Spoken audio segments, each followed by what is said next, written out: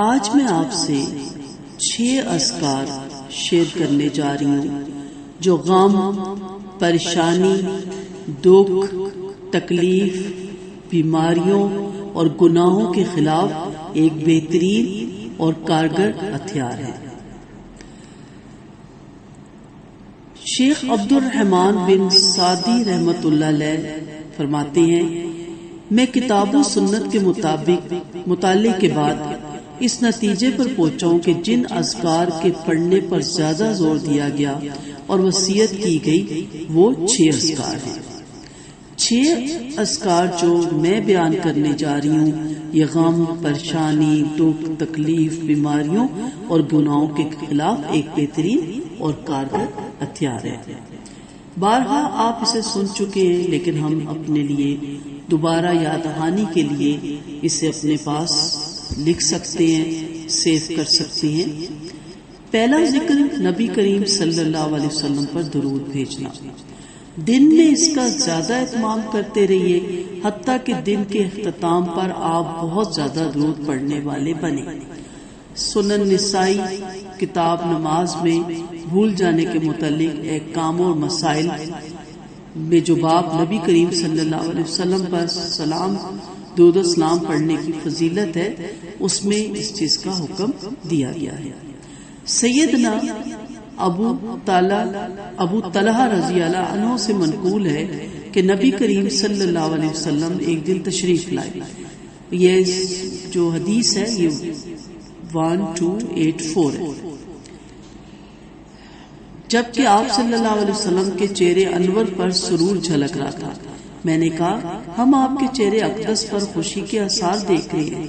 آپ صلی اللہ علیہ وسلم نے فرمایا، میرے پاس ایک فرشتہ آیا اور اس نے کہا، اے محمد صلی اللہ علیہ وسلم، تحقیق آپ کا رب تعالیٰ فرماتا ہے کہ آپ کو یہ بات پسند نہیں ہے کہ جو شخص بھی آپ پر درود پڑھے گا میں اس پر 10 دفعہ رحمتیں کروں گا، اور جو بھی آپ پر سلام کہے گا میں اس پر 10 بار سلام نازل کروں گا۔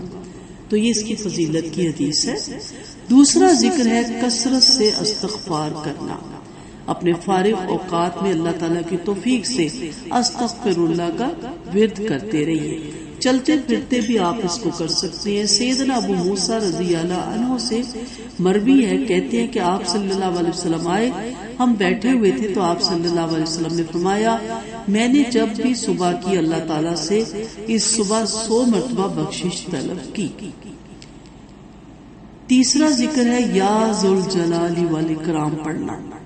کثرت سے یہ پڑھنا چاہیے۔ یہ ذکر بھولی بصری سنتے بنتا جا رہا ہے، حالانکہ آپ صلی اللہ علیہ وسلم نے اس کی وصیت کی اور اس کے متعلق نصیحت فرمائی۔ آپ صلی اللہ علیہ وسلم نے فرمایا،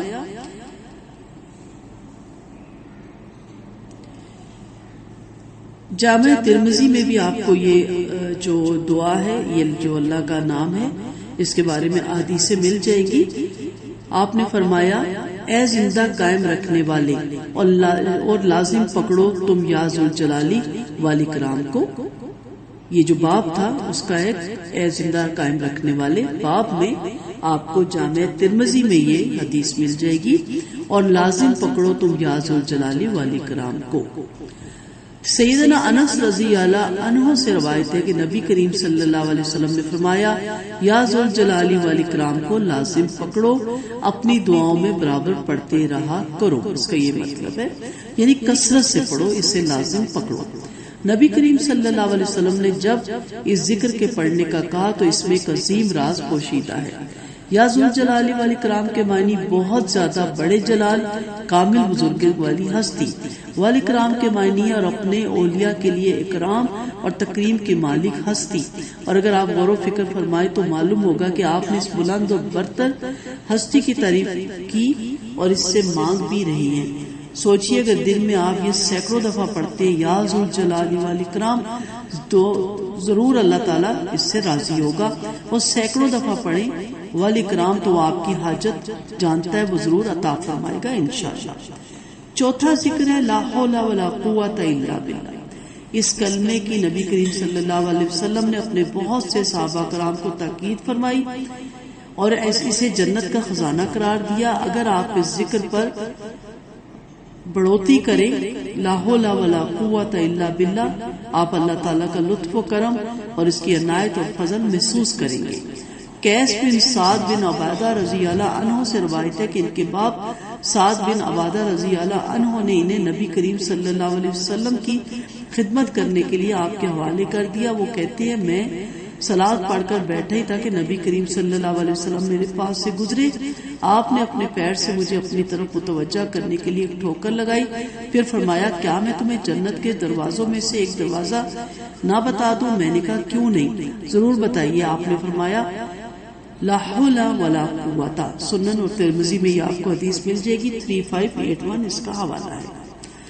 پانچواں ذکر ہے لا الہ الا انت سبحانک انی کنت من الظالمین. یہ اللہ کے نبی سیدنا یونس علیہ السلام کی دعا ہے. یہ ذکر غم و فکر کو بھگانے اور خوشیوں اور مسرت سمیٹنے کا سبب ہے.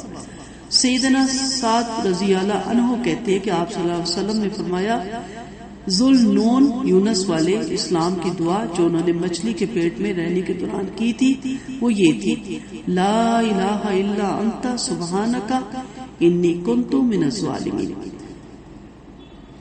کیونکہ یہ ایسی دعا ہے کہ جب بھی کوئی مسلمان شخص اسے پڑھ کر دعا کرے گا تو اللہ تعالیٰ اس کی دعا قبول فرمائیں گے. سنن ترمذی 3505 اس کا نمبر ہے. چھٹا ذکر ہے سبحان اللہ والحمد للہ لا الہ الا اللہ واللہ اکبر.